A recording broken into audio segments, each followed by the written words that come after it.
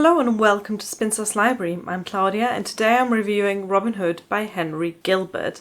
This was published in 1912 and is not to be mixed up with the Howard Pyle version, which was released at the end of the 19th century. I feel like those two Robin Hood retellings around about the same time are the two most popular ones, and I unfortunately have not read the Howard Pyle one, so I can't really compare the two. So today I'm just giving my review of the Henry Gilbert one. I didn't like it. That is the main gist of it. But more so than I didn't like it, I was quite disappointed by this Robin Hood retelling. Where do we start? Let's start with the inconsistencies. Because Henry Gilbert clearly did a lot of research into the many myths around Robin Hood, he was clearly well versed in the ballads and the folk tales and all of the material that had been around for the previous 4 centuries. There are a lot of stories in this. Each chapter is like a little short story, and then the short stories are strung together by a few plot threads. But because the myth of Robin Hood is so big that there are all of these sources, a lot of them kind of contradict each other in how they portray both Robin Hood the character and his merry band of men. So while reading this book, I never quite got the feeling that I got to know most of the characters in this. There are some characters that are drawn a little bit sharper, that are maybe a little bit more consistent within the entire narrative.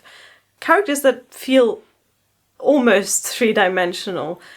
Someone like Alan Dale and his Lady Alice. I found those two quite intriguing, and they convinced me that they were actual book characters, whereas for Robin and Little John and many of the other characters that we know and love from the Robin Hood legend, they were just a bit fuzzy, because the way that they behaved in one chapter completely contradicted the way that they behaved in another chapter, and you can tell that that was due to Henry Gilbert carrying together all of these different sources and then not doing a proper job at editing those sources and making them coherent within his single narrative.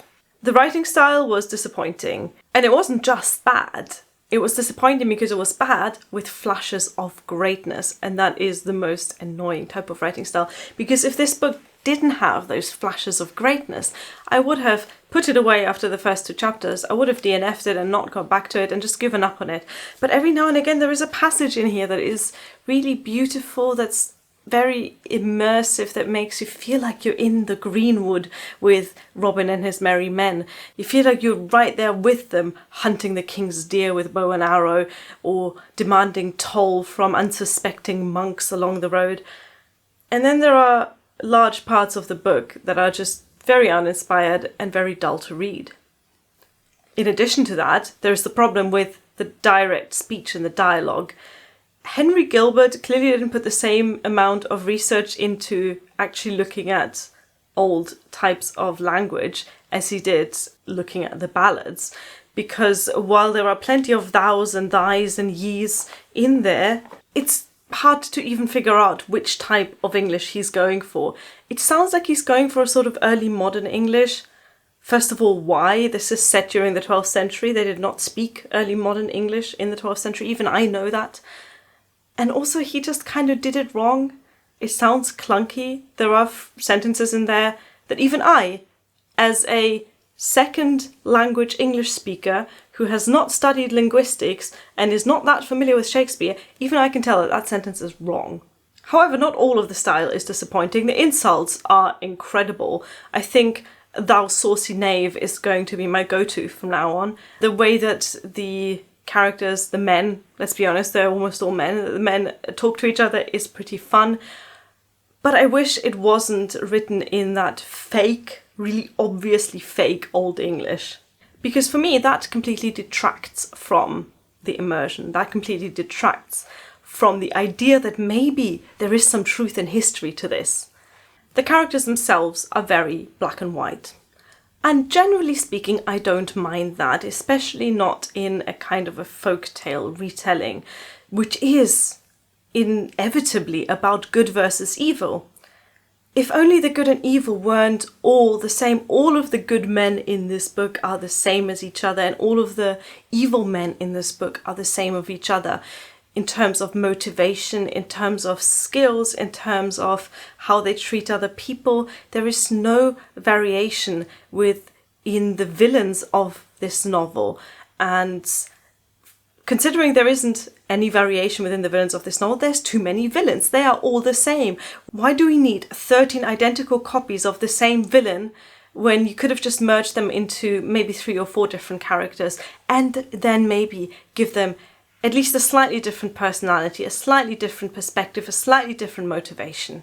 But no, all of the villains are exactly the same type. They're either a knight or a monk that is incredibly greedy, treats his subordinates badly. That's it. All of the good men in this are also absolutely identical. They're all really good at fighting with a bow and arrow or the quarterstaff. They are all hilarious. They're like a joke. And they are all really emotionally attached to each other. And there's just no variation. The good camp is like that and the evil camp is like that.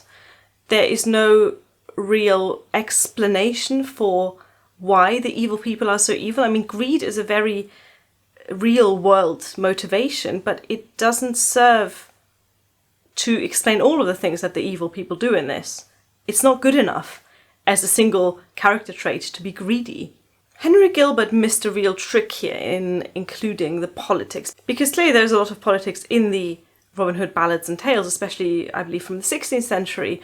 And we know from this book that Robin Hood was a friend of King Richard the Lionheart. Why? We don't know. We know that historically, King Richard the Lionheart wasn't all that popular in England. He wasn't really much of an English king. He was barely in the country. And yet Robin Hood collects taxes.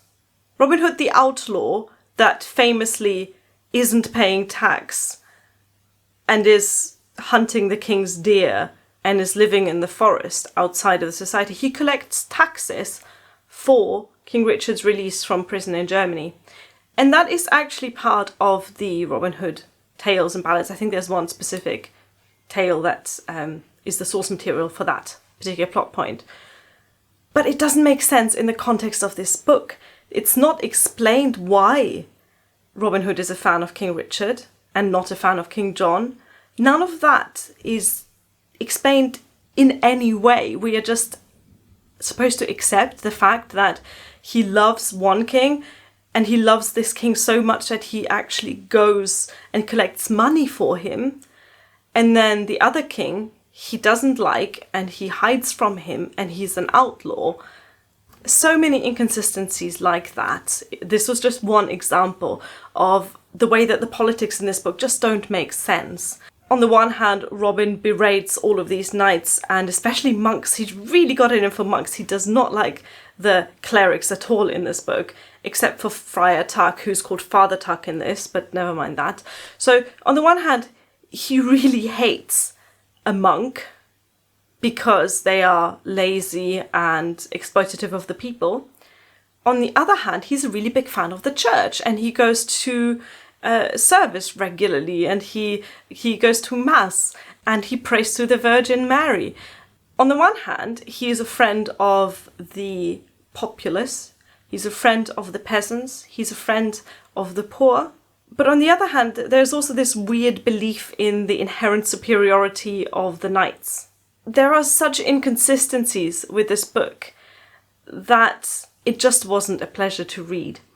And because I was so ready to love this, because I like the myth of Robin Hood, I like the idea of reading a really good retelling of this, I was expecting so much from this that the disappointment is kind of worse than if I'd gone into this book with no expectations. It's really not that far off from being a great book. If only Henry Gilbert had had another look at it, changed the language to make it make sense, if only he had looked at the way he drafted his characters and maybe had a second thought about that. There is so much beautiful raw material in all of those myths around Robin Hood that would make such a fantastic book. And I'm sure that book is out there. If you have got recommendations for really good Robin Hood retelling, it doesn't have to be classic, doesn't have to be an old one like this one, can be from any time period. please comment them down below. I am on the lookout for a really good retelling of this legend. This wasn't it, unfortunately.